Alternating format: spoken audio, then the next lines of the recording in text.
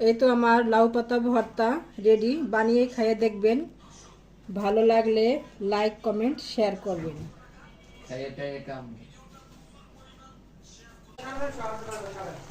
এখন দিয়ে দিব পেঁয়াজ, কাঁচামরিচ, রসুন।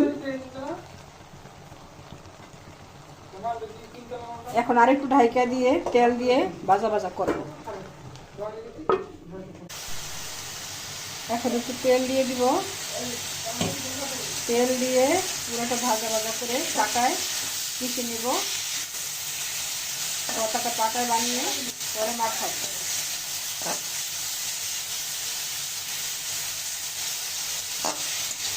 এই তো আমার হয়ে গেছে।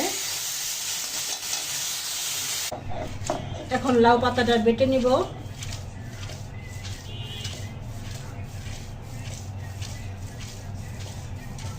বেটে নিয়ে ভর্তা বানাবো। এখন ভর্তাটা বানাবো। শুকনো মরিচ, পেঁয়াজ, লবণ ভালোভাবে কষলিয়ে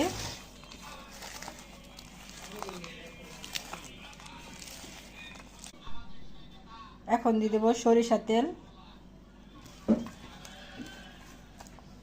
এতে ভর্তাটা বানাবো।